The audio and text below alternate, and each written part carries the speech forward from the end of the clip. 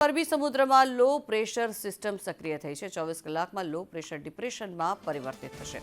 Depression બાદ system deep depression બનશે, ત્યારે ડીપ ડિપ્રેશન સાયક્લોન બને તેવી પણ સંભવિત શક્યતાઓ જોવામાં આવી રહી છે।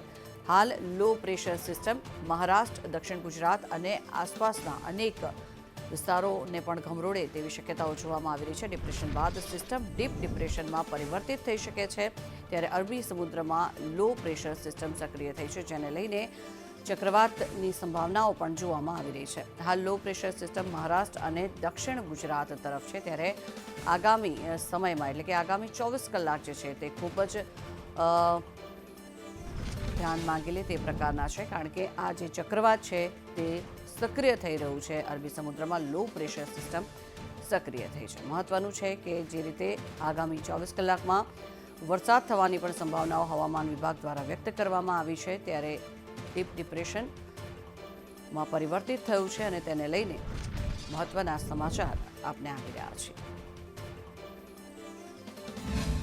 અરબી સમુદ્રમાં સક્રિય થયેલા વરસાદી સિસ્ટમ છે કે જે હવે સાયક્લોનનું રૂપ ધારણ કરવા તરફ આગળ વધી રહી છે, કારણ કે જે પ્રકારે હવાનું જે પ્રમાણ છે અને જે ભેજનું પ્રમાણ છે તે વધતું જોવા મળી રહ્યું છે, અને તેની સાથે જ આ જે વરસાદી સિસ્ટમ છે તે વધુ મજબૂત બનીને આગળ વધી રહી છે। જે સંભવિત સાયક્લોન જે છે વાવાઝોડાનું આજે અત્યારે જે પૂર્વ અનુમાન લગાવવામાં આવી રહ્યું છે તે અત્યારે હાલ જોઈ શકાય છે કે અરબી સમુદ્રની અંદર મહારાષ્ટ્ર તરફ હાલ આ જે આખી સિસ્ટમ છે કે જે પહેલાં અપર એર સાયક્લોનિક સિસ્ટમ હતી, ત્યારબાદ તે જે લો પ્રેશર સિસ્ટમ બની અને અત્યારે હાલ ડિપ્રેશનમાં છે, અને આ જ 24 કલાકમાં ડીપ ડિપ્રેશનમાં પરિવર્તિત થઈ જશે અને ત્યારબાદ સાયક્લોન બનવાની પૂરેપૂરી સંભાવનાઓ છે તે હાલ વ્યક્ત કરવામાં આવી રહી છે। હવામાન નિષ્ણાતો દ્વારા આ સાયક્લોન જે છે તે બનશે તેવી આગાહી કરવામાં આવી છે, ત્યારે આ જે સિસ્ટમ જે છે તે સક્રિય થઈ છે તેને લઈને આજના દિવસે રાજ્યમાં સાર્વત્રિક વરસાદની આગાહી કરવામાં આવી છે। રાજ્યના કેટલાક જિલ્લાઓની અંદર આજે ભારે વરસાદનું ઓરેન્જ એલર્ટ આપવામાં આવ્યું છે, તો કેટલાક જિલ્લાઓની અંદર યલો એલર્ટ પણ આપવામાં આવ્યું છે।